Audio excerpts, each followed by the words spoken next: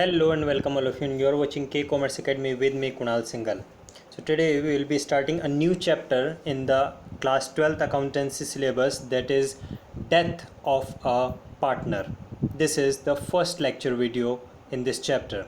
Today we will be studying the calculation of new profit sharing ratio including gaining ratio. First of all, let us understand that whenever we get a question of death of a partner, statements required to be prepared will be revaluation account, partners capital accounts, balance sheet और the general entries. Fix है, आप recall कर सकते हो, मैंने आप लोगों को पहले भी पढ़ाया है. When ever you get a question of any sort of situation of reconstitution of partnership firm, that is changes in profit sharing ratio, admission of a partner, retirement of a partner, or even death of a partner, these are the fixed four statements that are required to be prepared. आज का video वैसे भी आप समझ लीजिए कि अगर आपको पिछले चैप्टर समझ में आ चुके हैं तो आज का वीडियो आपके लिए सिर्फ एक रिकैप है, सिर्फ एक रिवीजन है. और अगर सपोज़ आपको पिछले चैप्टर्स अभी तक समझ में नहीं भी आए हैं तो अच्छी बात है, आज के वीडियो के साथ में आप पिछले चैप्टर्स को भी समझते जाएंगे. So these are the fixed statements required to be prepared. Let us move further. Whenever we get a question of death of a partner, the adjustments required to be made by us in the accounting will be: first one, calculation of new profit sharing ratio including gaining ratio; second, accounting treatment of goodwill; third, revaluation of assets and reassessment of liabilities; fourth, distribution of accumulated profits, losses and reserves; fifth, calculation of deceased partners' share of profit from the date of last balance sheet till the date of death; sixth, payment to the executor of deceased partner; and last one, that is adjustment of capitals only if so asked in the question. अब आप recall कर सकते हैं, अगर ये जो yellow में मैंने एक नया एडिशनल एडजस्टमेंट लिखा है, इसे अगर मैं हटा दूं तो जो बाकी के 6 एडजस्टमेंट्स बचे ये कौन से हैं? ये वही एडजस्टमेंट्स हैं जो मैंने आपको रिटायरमेंट ऑफ अ पार्टनर में पढ़ाए हैं. Whenever you get a question of change in profit sharing ratio, 4 adjustments करने हैं, admission of a partner 5 adjustments करने हैं, retirement of a partner 6 adjustment करने हैं, and death of a partner 7 adjustment करने हैं. सिर्फ एक एक एडिशनल एडजस्टमेंट हमारा बढ़ता जाता है हर टॉपिक में.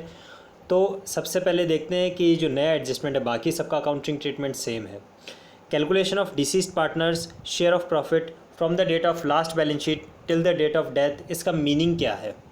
देखिए, जो पार्टनर का एडमिशन होता है, किसी नए पार्टनर को अगर हम एडमिशन दें तो ऑब्वियसली हमें हमारी इच्छा है, हम कब देना चाहते हैं तो हम साल के बिगनिंग में देते हैं. जब भी आपने क्वेश्चन किए होंगे एडमिशन के, so it was given on 1 April 2000 so and so new partner was given admission. Even retirement जब होता है, कोई पार्टनर अगर फर्म छोड़ के जाता है, तब भी ये फिक्स है कि वो on the closing date of the balance sheet ही जाता है. But death is an uncertain event, may be possible, that is our accounting period has ended up on 31st March and death has occurred. One of the partner has met death on say 30 June. So 31st मार्च को आपने balance sheet complete की और 30 जून को किसी partner की अगर death हो जाती है तो अप्रैल, मई एंड जून 3 मंथ्स तक उस पार्टनर ने फर्म में जो काम किया, 3 मंथ्स तक उस पार्टनर का जो शेयर ऑफ प्रॉफिट बनेगा, 3 मंथ्स तक उस पार्टनर को जो इंटरेस्ट इन कैपिटल होगा, 3 मंथ्स तक उस पार्टनर को जो हम सैलरी एंड कमीशन देना है, वो सारा जो कैलकुलेशन है वो आता है calculation of deceased partner's share of profit from the date of last balance sheet, that is 31st March, till the date of death, that is 30th June. 3 months के लिए कैलकुलेशन करना पड़ेगा. और डेथ कोई भी डेट हो सकती है, 30 June, 31st July, 30th September, any date it can be. वो आपको क्वेश्चन में गिवन रहेगी कि कौन सी डेट पे डेथ हुई है और उतनी ही मंथ्स का कैलकुलेशन आपको करना है. और ये जो शेयर ऑफ प्रॉफिट है, कैलकुलेट करने के लिए हमारे पास 2 मेथड्स हैं. On the period basis we can calculate share of profit of deceased partner, and we can calculate it on turnover basis. How these methods are applied, that will be done through numerical questions only, but in the later videos. In today's video, we will be discussing the calculation of new profit sharing ratio including gaining ratio. Same treatment है जो मैंने आपको change in profit sharing ratio and admission and retirement के chapters में पढ़ाया है. Let us take a recall. So A, B and C are partners sharing profits in the ratio of 3/8, 1/2 and 1/8. वैसे आप लोगों को पता होगा कि जब भी इस फ्रैक्शन फॉर्म में प्रॉफिट शेयरिंग रेशियो गिवन हो तो आप उनको डिनोमिनेटर इक्वल करके प्रोपोर्शन में कन्वर्ट कर लिया करें. Further, A died and 2/3 of his share, that is A share, उसका जो भी शेयर था A का शेयर कितना था 3/8. 2/3 of his share is acquired by B. देखिए इन क्वेश्चंस में लैंग्वेज बहुत इंपॉर्टेंट होती है. अगर आपने लैंग्वेज को समझ लिया तो कैलकुलेशन कभी गलत नहीं होगा. सो A का जो भी शेयर था उसका 2/3 किसने ले लिया, B ने. तो बाकी कितना बचा, बाकी 1/3 बचा. 2/3 गया तो बचा 1/3. And remaining share is acquired by C.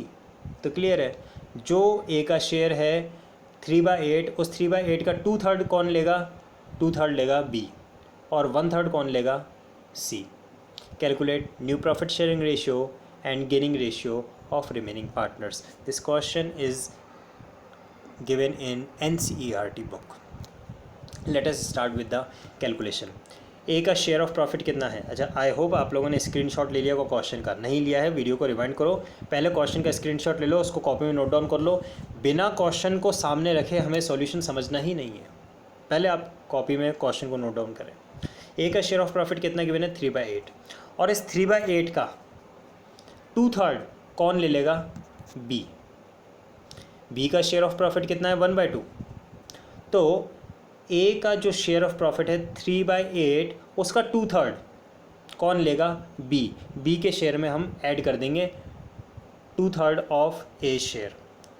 A share of profit is 3/8, its 2/3 part will be added to the share of B, और उसी A के 3/8 का 1/3 कौन ले लेगा, it will be acquired by C, whose share of profit is 1/8, उसमें वो add कर देंगे हम 1/3. यानी A का 2/3 लेगा B और उसी A का 1/3 पार्ट ऑफ शेयर ले लेगा, प्रॉफिट ले लेगा C. So how the calculation will be made? B share of profit is given to us as 1/2, in which we will add 2/3 of A share. A share is 3/8. So how we will calculate 2/3 of A share? So simply 3/8 multiplied 2/3 gives you the 2/3 part of his share, and the calculation will be as 1/2 plus 6/24. How will get the 6/24? That is 3/8 multiplied 2/3 is 6/24. Finally we have got 18/24, B's new share of profit. Similarly, C is having share of profit as 1/8, in which we will add 1/3 of A share. A share is 3/8, so 3/8 multiply 1/3 equals to 1/8 plus 3/24. How will got 3/24? So 3/8 multiply 1/3 gives you 3/24. So 1/8 plus 3/24 you have got 6/24.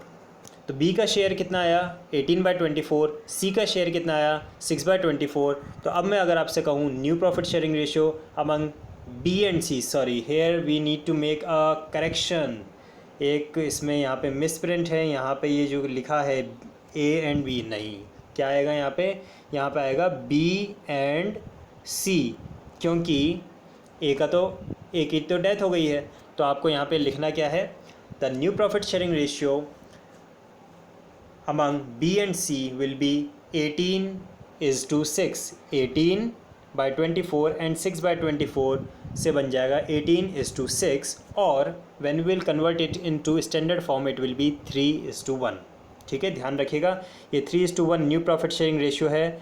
किसके लिए है, ये B और C के लिए है. Confuse नहीं होना, बिकॉज A की डेथ हो चुकी है, तो जो न्यू प्रॉफिट शेयरिंग रेशियो आएगा वो रिमेनिंग पार्टनर्स का आएगा, और रिमेनिंग पार्टनर्स कौन है, B एंड C ही हैं. Further gaining ratio. तो गेनिंग रेशियो तो साफ साफ नज़र आ रहा है, कितना देखिए 6/24 किसका, बी ने गेन किया, 3/24 किसने गेन किया, सी ने गेन किया। बी ने गेन किया 6/24 और सी ने गेन किया 3/24, तो हमारा जो gaining ratio among B and C होगा वो कितना हो जाएगा, इट विल बी 6:3 और वी कैन से इट 2:1, 6:3 बोलें या 2:1 बोलें स्टैंडर्ड फॉर्म में कन्वर्ट करके। So new profit sharing ratio among B and C will be 3:1 and gaining ratio among B and C will be 2:1। I hope आप लोगों को calculation बहुत अच्छे से समझ में आया होगा। अगर कोई डाउट है तो आप वीडियो को रिवाइंड करके देख सकते हैं एक बार दोबारा से। बाकी आज के वीडियो में जो मेन मुझे आप लोगों को पढ़ाने का समझाने का है वो क्या है, that is whenever you get a question of death of a partner, these are the fixed 7 adjustments that are required to be made। इसके बाहर कोई एडजस्टमेंट कभी नहीं जाएगा, अपने माइंड में फिक्स कर लीजिए। डेथ ऑफ अ पार्टनर का क्वेश्चन मिले तो ये 7 एडजस्टमेंट्स हमें करने हैं in this same fix sequence, तो आपका क्वेश्चन हमेशा सही हो जाएगा। एग्जामिनेशन में 8 नंबर का क्वेश्चन आता है डेथ ऑफ अ पार्टनर के चैप्टर में से, तो बहुत ईजीली आप स्कोर कर सकते हैं वो 8 मार्क्स। अगर अभी तक आपने मेरे चैनल को सब्सक्राइब नहीं किया है तो class 12 accountancy business studies and economics के लेटेस्ट वीडियोस के लिए सब्सक्राइब करें के कॉमर्स एकेडमी को। वेट लाइक कीजिए, वीडियो को लाइक कीजिए। Thank you.